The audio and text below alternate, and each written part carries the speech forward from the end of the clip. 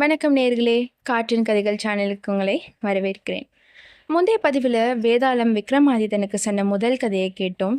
அந்த கதையிலிருந்து வேதாளம் போட்ட புதிருக்கு விக்ரமாதித்தன் சாமர்த்தியமாக பதில் சொன்னதையும் பார்த்தோம்.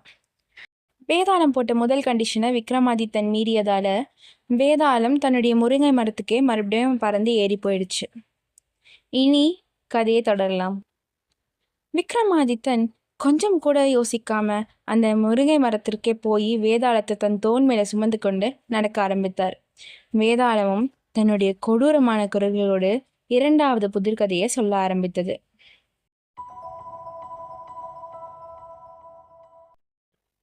உஜ்ஜயினி என்ற நகரத்துல ஹரிசுவாமி என்பவர் வாழ்ந்து வந்தார். அவருக்கு தேவசுவாமி என்ற மகனும் சோமபிரபை என்ற மகளும் இருந்தாங்க. சோமபிரபை நல்ல அழகி. அவளை மனம் செய்து கொள்ள பல பேர் முன் வந்தாங்க. ஆனா சோமபிரபையோ தான் ஒரு சிறந்த வீரனையோ இல்லை ஞானியையோ இல்லை விஞ்ஞானியையோ தான் மனம் செய்து கொள்வேன்னு விரும்பினான். அதை தன்னுடைய தாய் தந்தையர்கிட்டையும் சகோதரர்கிட்டையும் திட்டவட்டமாகவும் சொன்னான். அப்பேற்பட்டவனை எப்படி தேட போறோன்னு எல்லாரும் கவலையா இருந்தாங்க. அந்த சமயத்துல தான் சூஸ்திரவான் என்ற ஒரு இளைஞன் சோமபிரபையை தான் விரும்புவதாகவும் திருமணம் செய்து கொள்ள ஆசைப்படுவதாகவும் ஹரிசுவாமி கிட்ட சொல்றான். அப்போது தன்னுடைய மகளின் நிபந்தனையை விளக்கமா சொல்றாரு ஹரிசுவாமி. இதை கேட்ட சூஸ்திரவான் தான் ஒரு விஞ்ஞானினோ ஒரு பறக்கும் விமானத்தை செய்ததாகவும் சொல்லி அந்த விமானத்தை ஹரிசுவாமி கிட்ட காட்டி அதில் அவரை பறக்க செய்து தன்னுடைய திறமையை காண்பித்தாரு. இதையெல்லாம் பார்த்து மகிழ்ந்த ஹரிசுவாமி தன்னுடைய மகளை மனம் செய்து கொடுக்க சம்மதம் சொன்னார். இதெல்லாம் ஒரு பக்கம் நடந்துட்டு இருக்க தேவசுவாமியிடம், அதாவது சோமபிரபனுடைய அண்ணனிடம் சூரன் என்ற ஒரு வாலிபன் வந்து தேவசுவாமியினுடைய தங்கையை தாம் விரும்புவதாகவும் மனம் செய்து கொள்ள ஆசைப்படுவதாகவும் சொல்றான். தேவசுவாமியும் தன்னுடைய தங்கையின் நிபந்தனையை விவரிக்கிறான். இதை கேட்ட சூரன் தான் ஒரு வீரன்னும் தான் குத்து சண்டை, வாழ்வீச்சு, வில்வித்தை எல்லாத்தையும் கற்று தெளிந்தவன்னு சொல்றான்.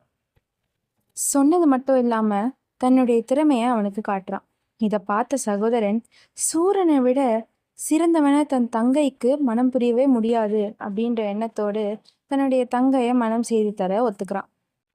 தந்தை ஒரு பக்கம், மகன் ஒரு பக்கம் சோமபிரபைக்கு ஏத்த பையனை தேர்ந்தெடுத்து வைத்திருக்க, மூன்றாவதா ஒரு ஞானி சோமபிரபையின் தாயிடம் வந்து தான் சோமபிரபையை மனம் செய்து கொள்ள விரும்புவதாகவும் சொல்றான். அதே கதையை மறுபடியும் சொல்றான். அவனுடைய ஞானத்தால் நிகழ்காலம், எதிர்காலம், இறந்த காலம் எல்லாத்தையும் பார்க்க முடியும்னு சொல்றான். அதை அவருடைய தாயிடம் செய்தும் காட்டுறான். இவனுடைய இந்த திறமையை பார்த்து அம்மா தன் மகளை ஞானிக்கு திருமணம் செய்து தர உறுதி கூறுகிறாங்க. மூவரும் தன்னுடைய முடிவை வெளியிட போது சோமபிரபைய யாரு மனம் செய்ய போவதுன்னு குழப்பம் ஏற்பட்டது. அதே சமயத்துல சோமபிரபைய ஒரு அரக்கன் கடத்திட்டு போயிட்டான். பல இடங்கள்ல தேடியும் சோமபிரபை கிடைக்கவே இல்லை. 3 பேரும் சேர்ந்து தேடியும், அதாவது ஞானி, சூரன், சூஸ்திரவான் 3 பேரை தேடியுமே அவளை கண்டுபிடிக்கவே முடியல. அப்போ ஞானி தன்னுடைய ஞானத்தை பயன்படுத்தி, தன்னுடைய ஞான சக்தியை பயன்படுத்தி சோமபிரபை இருக்கும் இடத்த சொன்னான். பிறகு விஞ்ஞானி சூஸ்திரவான் பறக்கும் விமானத்தை ஒன்றத்தை தயார் செய்கிறான். அதில் சூரனையும் அழைத்து கொண்டு அந்த அரக்கனுடைய இடத்திற்கே போகிறாங்க. வீரன் சூரன் தனக்கு தெரிந்த எல்லா வித்தையையும் பயன்படுத்தி அசுரனை கொன்று சோமபிரபையை மீட்டு வரான். இப்படி கதையை முடித்த வேதாளம் கதைக்கான புதிரை போட ஆரம்பிச்சது. விக்ரமாதித்த அரசே, இப்போ இந்த 3 வாலிபர்களில் யாரு சோமபிரபையை மனம் செய்து கொள்ள தகுதியான ஆளு? விஞ்ஞானியா, வீரனா, இல்லை ஞானியா? இதில் சோமபிரபையை மனம் செய்து கொள்ள தகுதியான ஆள் யாருன்னு நீங்கள் நினைக்கிறீங்க? மறக்காம கமெண்ட் பாக்ஸில் கமெண்ட் பண்ணுங்க. சரி, இப்போ மன்னர் விக்ரமாதித்தர் சொன்ன பதிலை கேட்போம். விக்ரமாதித்தர் தன்னுடைய பதிலை சொல்ல ஆரம்பித்தார். விஞ்ஞானி செய்ததும் ஞானி செய்ததும் ஒரு சகோதரர் செய்யும் உதவியே போல. ஆனா வீரன் சூரன் தன் உயிரையும் பொருட்படுத்தாம தன்னுடைய காதலிக்காக அசுரனையும் கொன்றான்.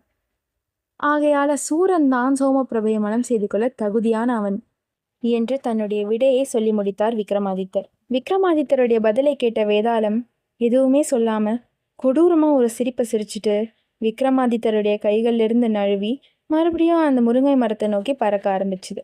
விக்ரமாதித்தரும் வேதாளத்தை பிடிக்க அதை நோக்கி ஓடுறாரு.